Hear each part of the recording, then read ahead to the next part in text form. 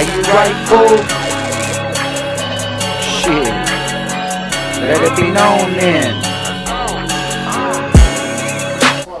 Like R&B, soul, and funk, and that was it. It was no longer what was coming out on the music. You know what I mean? Yeah. You talking about like the street jams and shit like that? Well, that's dope too. Electro funk, that was dope because I started out as a rapper, honestly. Right. You know what I mean? But what I meant was like from the rappers from our era. I mean, I'm like No Limit. You like No Limit? I mean, that's cool. What's his name? What was his name? I mean, I like the underground shit. Cool. He was dope. Yeah, yeah. I mean, you know, on the underground shit, fucking, what was I listening to underground back then? But I mean, hip hop wise, I mean, you didn't like Jedi I'm not saying I didn't like. I'm not saying that. No. Kind of linguistics. No. What I'm saying, the music that I was listening to was like fucking Psycho. Before Psycho. You know, I told High C, fucking, like a bunch of different Liquid dog. Habits and all the Chicano rappers, like the Liquid Habits from Dubious, Cypress Hill. Right. From Dubious, yeah. I was part of the Soul Assassins. Like I was a B-boy guy, and then I met Cartoon and all them before they got really big. Yeah. They were already like making a name for themselves, but I met them when they got.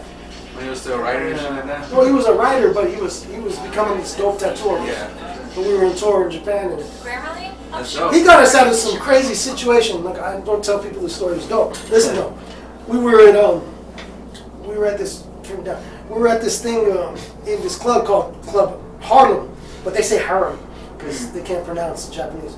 They can't pronounce the R is an L, so they call it Harlem. I can't remember. No, the L is R. It's Harlem. Harlem. They call it Club Harlem.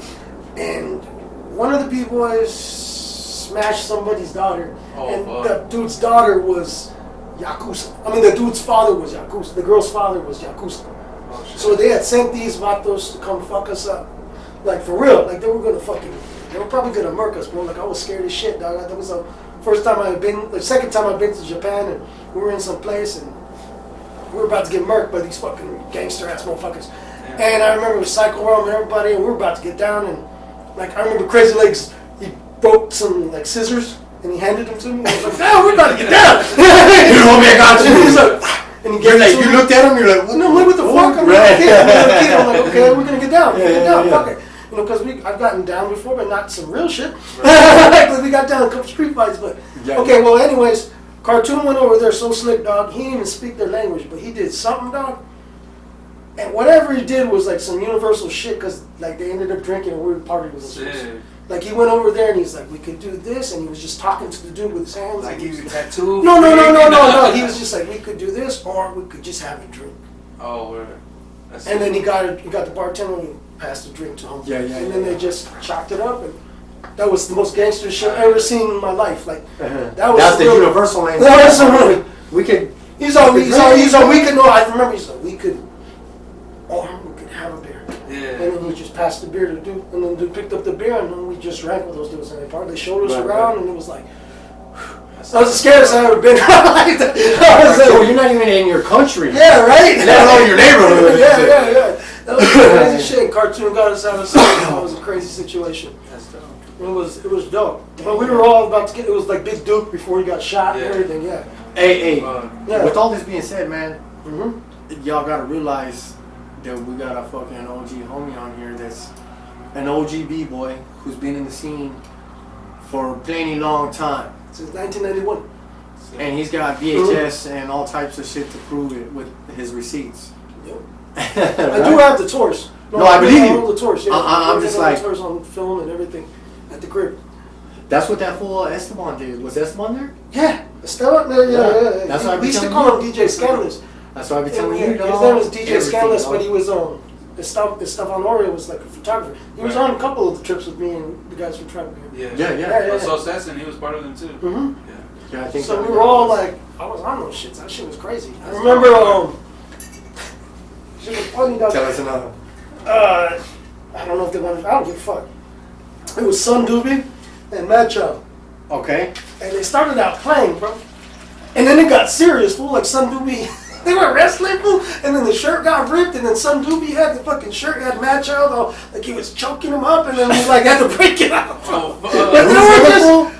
It was Sun Doobie and Macho from Swollen Members. A Macho. The little güerito that was buff. All right, I know what you're talking about. You know which one I remember? Yeah, Yeah, these fools, yeah. On Yeah, the dude side- with the dude- on the side is still best. no, but the dude with the tattoo on his face, and it was the battle axe shit, the white dude. Yeah, I remember having It was him the poster and shit. Him and Funk Dubious, and fucking they were like playing boxing, like, cause they were homies. But then that shit got serious, and we're in the middle of like a Denny's. And on top of that, we're at the We're like a Denny's. Denny's, we're all at dinner, and these fools are just like right there in the middle, and it just starts choking them, and we're like, yo, cause homeboy was turning blue, and we were just like, yo, what the fuck just happened right now? Like, you know what I mean? So who won? Sick. They didn't get down, like. It was like, well, it was like put the homie on the spot. Who won? I don't want to even go there. But like, because it didn't get to that level yet. Yeah. But I don't know. Like, I really don't know who would have won that fight. I mean, that's. I don't really want to know because like, Son was like tall, but he was lanky as fuck, and then Mad Chow was cock diesel, but he was short as fuck. So I don't know. No, he Hey, was. they weighed the same, but they were like totally different body types. He was and like shit. a little stocky guy, and he was more angry. You know what I mean? So I don't know.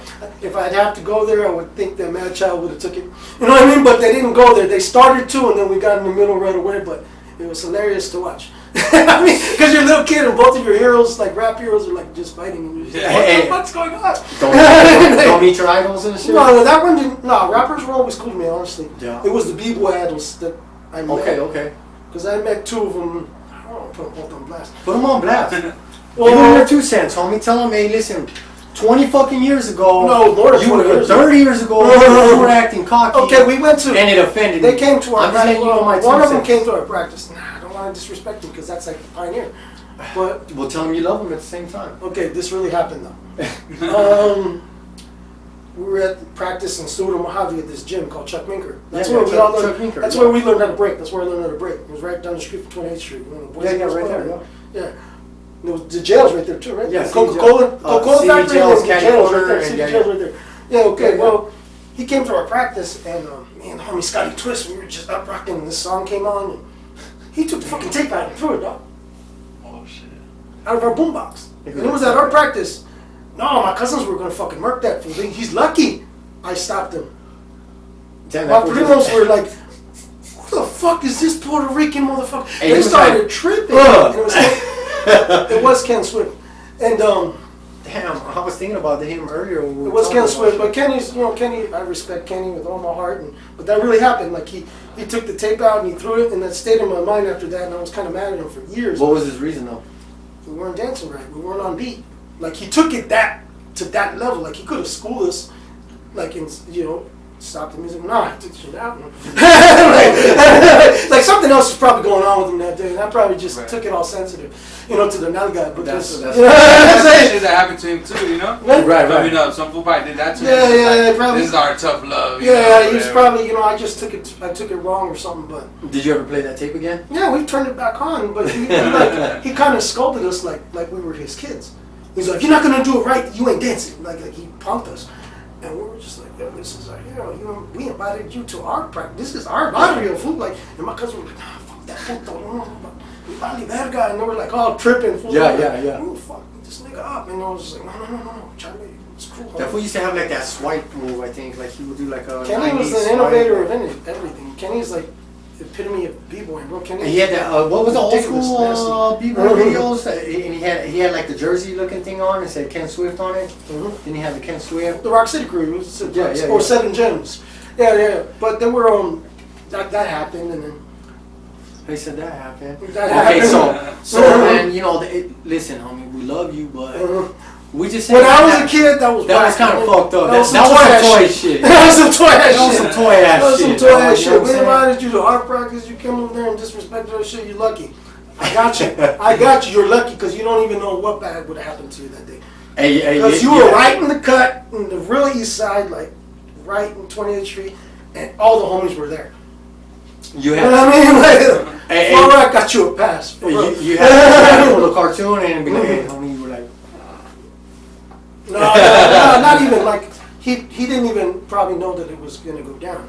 You know what I mean? Like I had already checked my cousins and the homies. And I was like, no. You know what I mean? I was like, no, wait. 'Cause I knew what it was. You know, this was the '90s, bro. It was like real shit. Like he didn't understand, and then he was just He was just schooling me, bro, and we were offbeat. So after I thought about it later, I told you I took it to the noggin. He shouldn't have took it out and thrown it like that, though.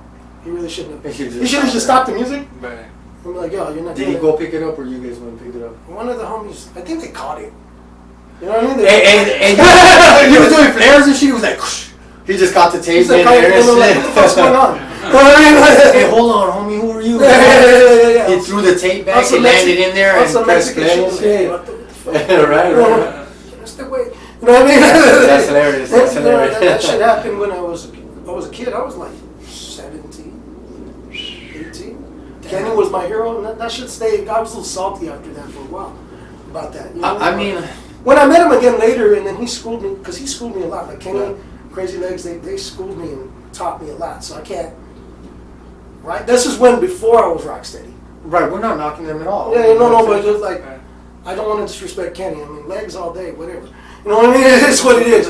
You know what I mean? Because I've known Legs longer, but like Kenny, like he's one of my heroes, and he's like that's a guy I looked up to like a lot. Oh, that's tight. Yeah, that's you know what I tight. mean? Like Kenny is like, yeah, I don't want to diss him, but that shit really happened.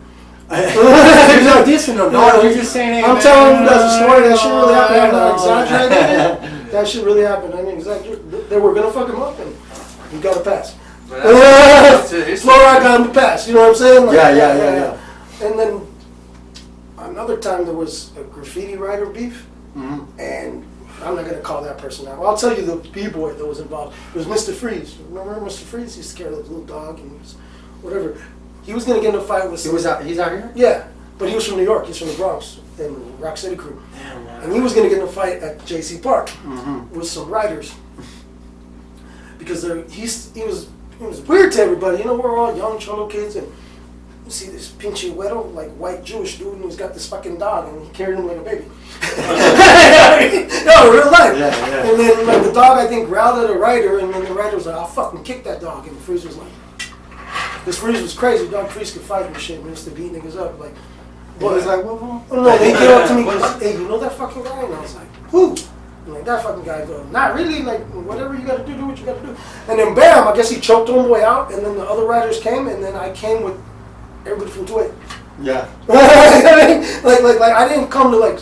I just wanted to go see what was going down with the homies because somebody tapped me. I got it on film too. Somebody tapped me like. And we all went over there and there's all these troubles. Hold on. yeah. You know what I mean? Because I was already breaking, but, you know, those were still my homies. Right, still alive, yeah. There was no, well, I wasn't really involved in the life no more. I was just breaking, but those were still my homies. Yeah. Like, I grew up on that block and those were the homies. Right. You know what I mean? For life. I'm gonna always, those are my day ones. You know what I'm saying? So, we went and they were like, oh, fucking boom. And then Freeze got the pass. Freeze didn't get a pass. I got him out of a situation. I don't remember if I do remember him. I really don't. I don't remember him. He was always around the scene, bro. I mean, he's an older weirdo. Probably if I seen him, I'd be like. I'm pretty sure you remember because he was around Sweepy and all that time. Yeah. Same era. But he's my OG, so he's like everybody. Yeah. She's like 55, 56. You know what I mean? All that soul breaking. Yeah, but I went on plenty of trips with all these dudes. Like I went with Freeze to France, and I went to Switzerland. And right before 9/11 happened, like we were in Switzerland for Oh shit. We got diverted. To Canada. What do you think was one of the best competitors from out of state? I mean, from another country that you went in battle or whatever. No, who gave you the toughest time? Yeah, you know what I mean? Who gave you run for your I had money? to be in New York, bro. Like I battled Who gave you run for your money? No, I battled a lot of cats, bro. Right, yeah. I battled some cats from Miami, dude. That Skill Method dudes, like those dudes. And they became Rocksteady later, but we had already had our little cipher shit in New York and then in California, and then because back in the day, bro, it was like I just remember you go to each other's jams. Right. You know what I mean? So like there was only like 5 real big ones. The B-Boy Summit, there was Freestyle Sessions, there was Pro-Am, the Rocksteady, and then I can't remember the other one. Oh, Scribble Jam. And they were all like a couple months between each other, so it was like quarterly. Right. You know what I mean? And then you had the Magic Convention, or we go to ASR in Long Beach. You know what I mean? So we that was your schedule. You're B-Boy, and you wanted the elite because it's not like now everybody's good and shit. Back then there was the elite, and then there was the people that are doing it. You know what I mean? But there was elite. There was like 30 or 40 of us, and we'd see each other all over the fucking place. Right. Like the skate team, like like bands Right. or whatever. You know what I mean? Saying. And it was hard to it was get hard put on to penetrate that Mm-hmm. and rise above, right? Like Yes, definitely, bro. So you know what I'm saying? we all had known each other a lot. So there was a lot of B-boys that I battled that were pretty hard. But it has to be like most memorable were what's online. You want to show you? I was watching it earlier. Yeah, what's it? It was when we I'm initiated. gonna watch all these shits now. It's when we initiated. Where's the Bro, I thing? watch so many. How do you I go? got like B-boy stations on my subscribe.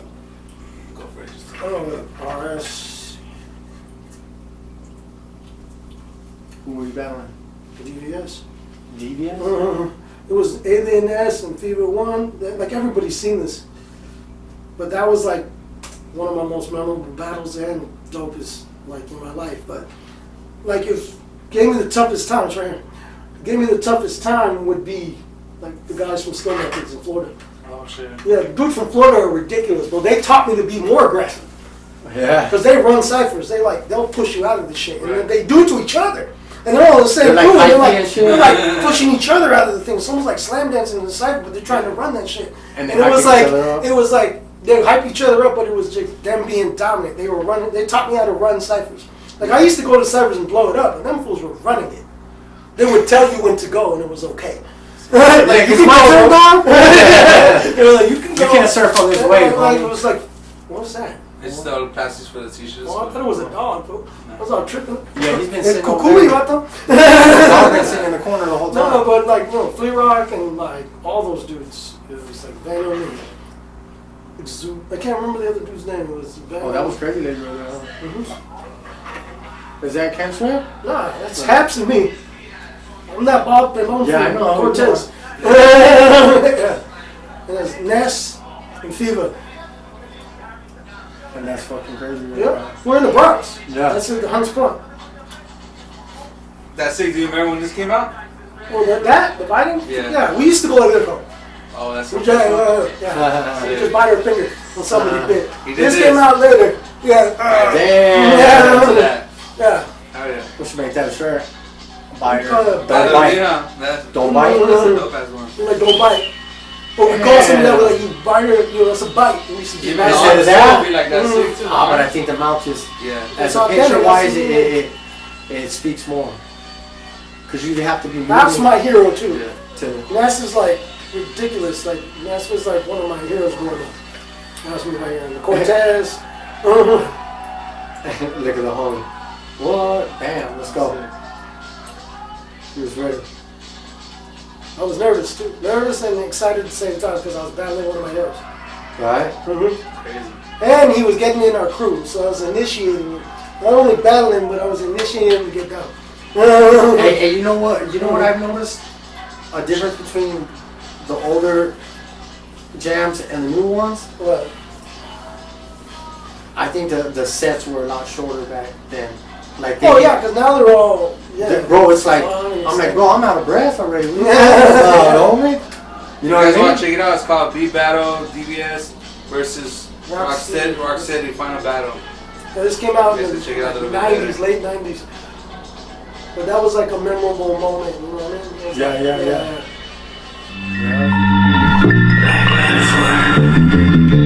Yeah.